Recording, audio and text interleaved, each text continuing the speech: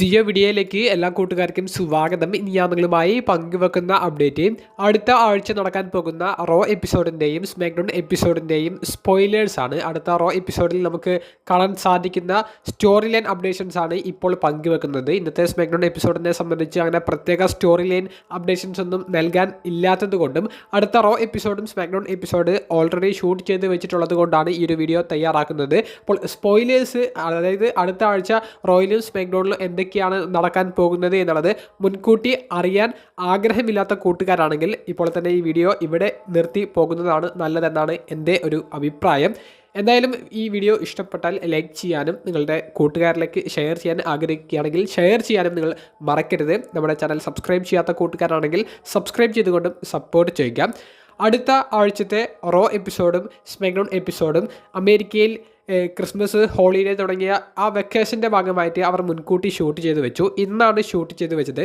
ഇന്നത്തെ SmackDown episode തന്നെ ഈ ചൊവ്വാഴ്ച കഴിഞ്ഞ റോ എപ്പിസോഡിന് ശേഷം ഷൂട്ട് ചെയ്ത് വെച്ചതായിരുന്നു. അപ്പോൾ മൊത്തത്തിൽ റെസ്ലേഴ്സിൻ്റെ ഒരു വെക്കേഷൻ കൊടുക്കാൻ വേണ്ടി എപ്പിസോഡ്സൊക്കെ അവർ മുൻകൂട്ടി ഷൂട്ട് ചെയ്ത് വെക്കുന്നതാണ്. അപ്പോൾ ഈ പ്രീ ടൈപ്പ് ചെയ്തിട്ടുള്ള റോ എപ്പിസോഡിൻ്റെ സ്പോയിലേഴ്സിനെ സംബന്ധിച്ച് നമ്മൾ തുടക്കത്തിലെ പങ്കുവെക്കുകയാണെങ്കിൽ ഹോൾ ഓഫ് ഫെയിമറായ നിക്കി ബെല്ലയുടെ പുതിയ ഒരു ലുക്ക് നമുക്കിന്ന് കാണാൻ സാധിച്ചു.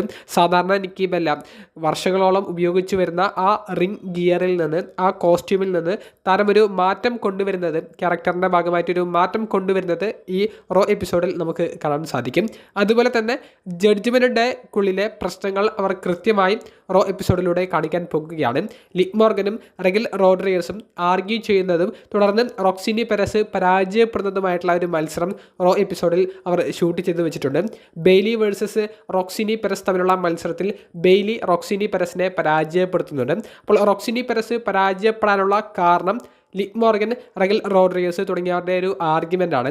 റെഗൽ റോഡ്രിഗസിൻ്റെ ഡിസ്ട്രാക്ഷൻ റോക്സിനി പെരസിൻ്റെ പരാജയത്തിലേക്ക് നയിച്ചു എന്ന് വേണമെങ്കിലും പറയാം. അപ്പോൾ ജഡ്ജ്മെൻറ്റ് ഡേ ഫാക്ഷൻ്റെ ഉള്ളിലെ പ്രശ്നങ്ങൾ അവർ വളരെ കൃത്യമായി റോ എപ്പിസോഡ് ഈ വരുന്ന ചൊവ്വാഴ്ച കാണിക്കാൻ പോകുകയാണ്.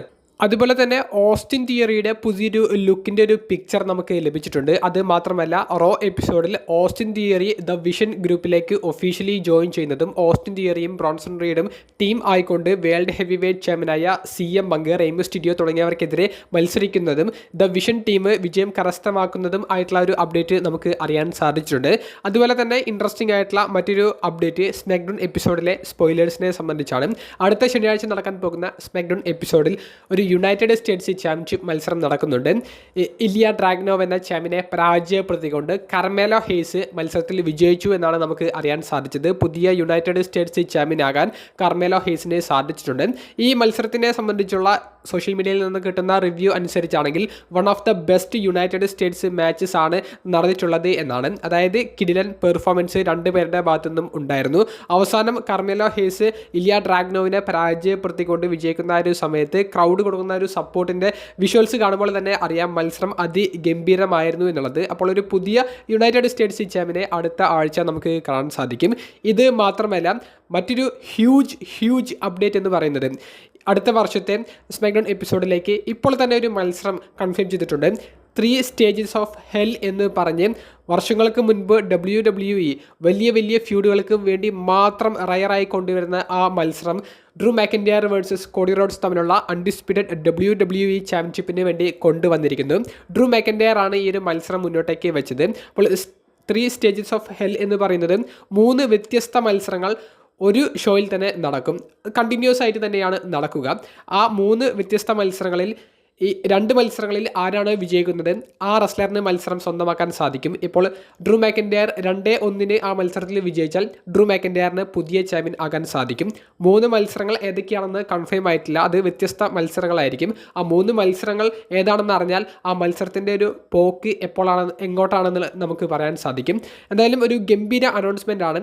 അവസാനമായിട്ട് 3 സ്റ്റേജസ് ഓഫ് ഹെൽ മത്സരം നടത്തിയത് NXTയിലായിരുന്നു. അത് 2019 അതിനു മുൻപ് ജോൺസിനെയും റൈബാക്കും തമ്മിലാണ് 2013 മറ്റോ ആ ഒരു മത്സരം നടത്തിയത്. അത് ഗംഭീരമായിട്ടുള്ള മത്സരമായിരുന്നു. അങ്ങനെ വല്ലപ്പോഴും റയറായി മാത്രം WWE ചെയ്യാറുള്ള 3 സ്റ്റേജസ് ഓഫ് ഹെൽ ആ മത്സരം ജനുവരി 10 നടക്കുന്ന സ്മാക്ഡൗൺ എപ്പിസോഡിൽ WWE ഇൻട്രൊഡ്യൂസ് ചെയ്യാൻ പോകുകയാണ്. അപ്പോൾ വലിയ വലിയ അനൗൺസ്മെൻറ്റ് ഈ ഷൂട്ട് ചെയ്ത് വെച്ച റോ സ്മാക്ഡൗൺ എപ്പിസോഡിൽ നിന്ന് നമുക്ക് അറിയാൻ സാധിച്ചിരിക്കുന്നു. വീഡിയോ സംബന്ധിച്ചുള്ള നിങ്ങളുടെ പ്രതികരണങ്ങൾ കമൻറ്റ് ബോക്സിലൊന്ന് രേഖപ്പെടുത്തുക. അപ്പോൾ അടുത്തൊരു വീഡിയോയുമായി കാണുന്നത് വരെ ബൈ.